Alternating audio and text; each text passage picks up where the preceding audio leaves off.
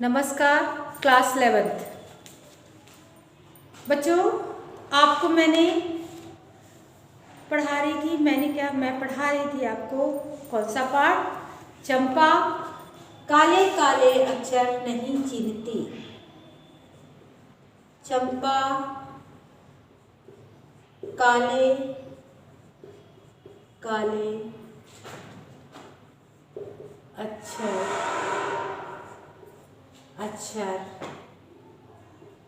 नहीं चिन्हती। ठीक है, ये पाठ का नाम याद रखिए, लिखने को आएगा जरूर। पाठ का नाम चंपा काले काले अक्षर नहीं चीनती। चा में बड़ी की मात्रा है, चीनती। कवि है त्रिलोचन। त्रिलोचन, ठीक है, कवि है त्रिलोचन।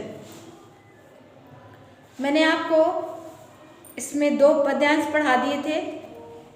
चंपा काले काले अक्षर नहीं चीनती, मैं जब पढ़ने लगता हूँ तो वह आ जाती है, खड़ी खड़ी चुपचाप सुना करती है, उसे बड़ा अचरज होता है, इन काले चिन्हों में से कैसे ये सब स्वर निकला करते हैं। तो चंपा एक अनपढ़ लड़की है और वो चुपचाप जब कभी पढ़ता है तो चुपचाप आकर खड़ी हो जाती है और सुना करती है। इस तरह से उसको बड़ा आश्चर्य होता है कि कवि क्या कर रहा है, क्या बातें कर रहा है, इन काले काले अक्षरों से क्या पढ़ रहा है, इन काले चिन्हों से कैसे सब स्वर निकला करते हैं और क्या बातें करता है जो ये कवि करते रहते हैं। तो वो बड़ी रहती है। तो ये जितने भी पद्यांश है, इसकी भाषा में एक चीज ध्यान रखिएगा, सबके लिए लागू होगी। मैं बता देती हूँ, ये वाली लाइन, कविता अत्यंत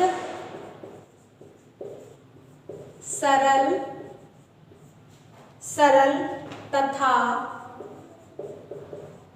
सादगी पूर्ण है। ठीक है, कविता अत्यंत सरल तथा सादगी पूर्ण है और ग्रामीण अंचल के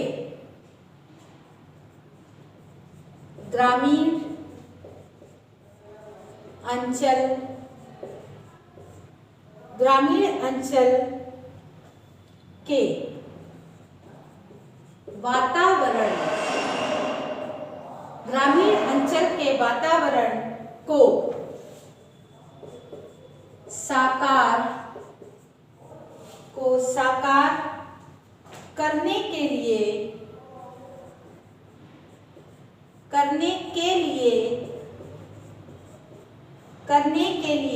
साकार करने के लिए ग्राम शब्दों का प्रयोग अनुकूल बन पड़ा है। ग्राम में यानी ग्रामीण शब्दों का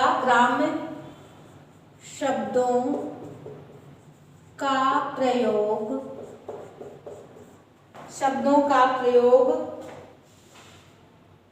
अनुकूल बन पड़ा है। ग्राम शब्दों का प्रयोग अनुकूल बन पड़ा है।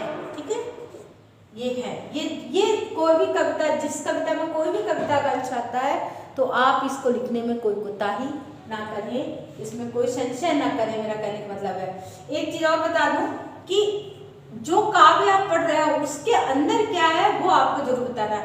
जैसे मैंने इसमें पढ़ा था कविता काले काले, तो काले काले मैंने पहले भी बताया था आपको, काले काले और क्या करते हैं, खड़ी खड़ी, दूध है, खड़ी खड़ी में पुनरुक्ति प्रकाश अलंकार है। में पुनरुक्ति अलंकार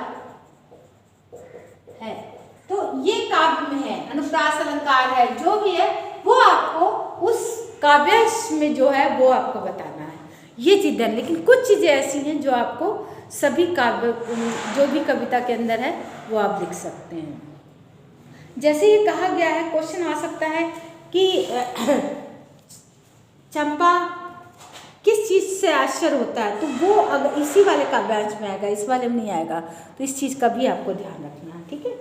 आप देखिए, मैंने ये पढ़ा दिया था कल। चंपा सुंदर की लड़की है, सुंदर ग्वाला है, गाय भैंस रखता है। चंपा चौपायों को लेकर चरवाही करने जाती है। चंपा सुंदर नाम के ग्वाले की लड़की है, वो गाय भैंस चराती है। और चंपा क्या करती, चौपायों को लेकर, चार पाए वाले यानी कि पशुओं को लेकर, चाहे वो गाय हो, बैल हो, भैंस हो और बकरी हो, भेड़ हो, उनको लेकर कहाँ जाती है, गाय चराने जाती है। चंपा बहुत अच्छी है, चाहिए विशेषताएं हैं चंपा की। चंपा अच्छी है, चंचल है, नटखट है, कभी कभी बहुत शरारत करती है, कभी कभी वह कभी की कलम चुरा लेती है। जब वो कलम ढूंढने लगता है, मिल जाता है तो वह उसका पेज चुरा ले, तो इस तरह कागज चुरा लेती है और कभी को परेशान करती है, कभी भी परेशान हो जाता है, लेकिन चंपा है बहुत अच्छी। फिर आपका अभ्यास में आ जाएगा ग्रामीण परिवेश का मतलब वर्णन है। कविता अत्यंत सरल और सादगीपूर्ण है। चंपा की भोली शरारतों का वर्णन मनोरम है। कभी कभी और जैसे जैसे शब्दों में के प्रयोग से प्रभाव गुण बढ़ गया है, कभी कभी जैसे तैसे, इसमें भी वही चीज आ गई। अब आया चंपा स्वभाव से नटखट, शरारती, चंचल है, विशेषताएं हैं। अगर विशेषताएं आती तो आप इसको लिख सकते हैं। कभी कभी चंपा कवि की कलम चुरा कर छिपा देती है, ये दिमाग में रखते जाना है और पढ़ते जाना है। अब आया तीसरा, चंपा कहती है तुम कागज ही गोदा करते हो। चंपा क्या कहती है, चंपा कहती है तुम कागज ही गोदा करते हो, हर समय तुम लिखते रहते हो। तो कागज गोदना मतलब यूं यूं करके चलाना, तो वो उसको तो लिखना और इससे समझ, क्योंकि वो अनपढ़ है। तो क्या कहती है कवि से कि तुम तो हमेशा कागज ही गोदा करते हो, पता नहीं क्या कागज में करते रहते हो, क्या यह काम बहुत अच्छा, बड़ा अच्छा काम है क्या कोई। यह सुनकर मैं हंसता, मैं मुस्कुरा देता। फिर चंपा चुप हो जाती। उस दिन चंपा आई, मैंने कहा चंपा तुम भी पढ़ लो। एक दिन फिर चंपा आई होगी, तब कवि ने कहा होगा चंपा तुम भी पढ़ा करो, तो तुम भी पढ़ लो। हारे गाड़े काम सरेगा, और समय बेसमय, हारे गाड़े मतलब कठिनाई के समय, हारे गाड़े, हारे गाढ़े, हारे गाढ़े क्या हो गया, हारे गाढ़े काम सरेगा, क्या होगा इसका, कठिनाई में काम आएगा, कठिनाई में काम आएगा, ठीक है, आएगा, ठीक है। तो हारे गाड़े, जब कभी कठिनाई आई, कोई मुसीबत आई तो ये काम आएगा। चंपा तुम भी पढ़ लो, हारे गाड़े काम सरेगा। गांधी बाबा की इच्छा, उस समय गांधी जी का काफ़ी था, गांधी जी की लोग बातों का अनुसरण करते थे। गांधी जी पढ़ाई पर बोलते रहते थे कि पढ़ना ज़रूरी है, साक्षरता ज़रूरी है ना। तो गांधी जी का दुहाई देते हुए कहते हैं गांधी जी को अच्छा लगेगा सब जन पढ़ना लिखना सीख जाएं। चंपा ने यह कहा कि मैं तो नहीं पढ़ूंगी। तब चंपा ने कहा मैं तो नहीं पढ़ूंगी, तुम तो कहते थे गांधी बाबा अच्छे हैं, तुम तो कहा करते तो गांधी जी बहुत अच्छे हैं, पढ़ने लिखने की बात कैसे कहेंगे, मैं तो ना पढ़ूंगी। और तुम तो कहते थे गांधी जी बहुत अच्छे हैं, हमेशा अच्छी अच्छी बातें कहते हैं। तो उसने कहा गांधी जी तो बिल्कुल अच्छे नहीं है। क्यों? क्योंकि वो तो पढ़ने की बात करते हैं, पढ़ने की बात ये तो अच्छी बात नहीं है। इस तरह से वो उस चीज़ को नकार देती है और कहती है कि गांधी बाबा अच्छे नहीं हैं, हमेशा पढ़ने की बात करते हैं और मैं तो नहीं पढ़ूंगी। अगर गांधी जी ऐसा कहते हैं तो फिर मैं नहीं पढ़ूंगी, मुझे पढ़ना अच्छा नहीं लगता। तो एक दिन चंपा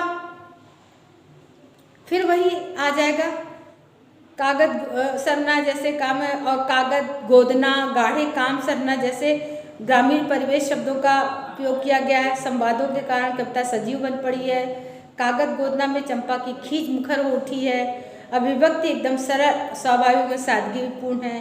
गांधी बाबा के प्रभाव का अच्छा चित्रण किया गया है। गांधी बाबा के प्रभाव का बहुत ही अच्छा चित्रण किया गया है। तो ये लेसन हो गया आपको मैंने समझाने का प्रयास किया है। अब आप क्वेश्चन देख सकते हैं, चंपा कागज गोदने के बारे में क्या राय रखती है। चंपा कागज गोदने के को बेकार का काम समझती है, वह उसे बुरा बताती है। प्रश्न करती कि क्या वह काम बहुत अच्छा है। यहाँ तक कि गांधी जी का नाम लेने पर भी वह रट लगाती कि मैं तो ना पढ़ूंगी। और इस तरह से क्वेश्चन है, कल एक बार और करा दूंगी, समझा दूंगी आपको। और बेटा पढ़ते रहिए, 18 तारीख से आपके स्कूल खुलने वाले हैं। आइए पढ़िए, और ना पढ़िए तो थोड़ा सा जानिए, क्योंकि बहुत दिन हो गए आपको स्कूल आए हुए। चांस मिलता है तो तैयार रहिए, पढ़ते रहिए, है ना। ठीक है बच्चों, और बताइए, और कुछ किसी को कुछ कहना है? बेटा लाइव क्लास से इस बार जुड़ते रहिए तो ज़्यादा अच्छा रहेगा, और नहीं तो फिर चलिए हम लोग लाइव मिलेंगे आपस में, तब बात होगी। आज स्वामी विवेकानंद जयंती है, 12 तारीख है। हो सकता है वीडियो बाद में डालूँ। फिर आपको बहुत बहुत बधाई हो। विवेकानंद जी के पद चिन्हों पर चलें, उनके विचारों का अनुसरण करें, उनके बारे में पढ़ें, जानें, कैसे एक छोटी सी अल्प आयु में उन्होंने क्या क्या किया अपने समाज के लिए, अपनी संस्कृति के लिए, अपने हिंदू सनातन धर्म के लिए जानें, क्योंकि ऐसे बिरलों के बारे में जानना बहुत ज़रूरी है। ठीक है, तो नमस्कार, जय हिंद, जय भारत।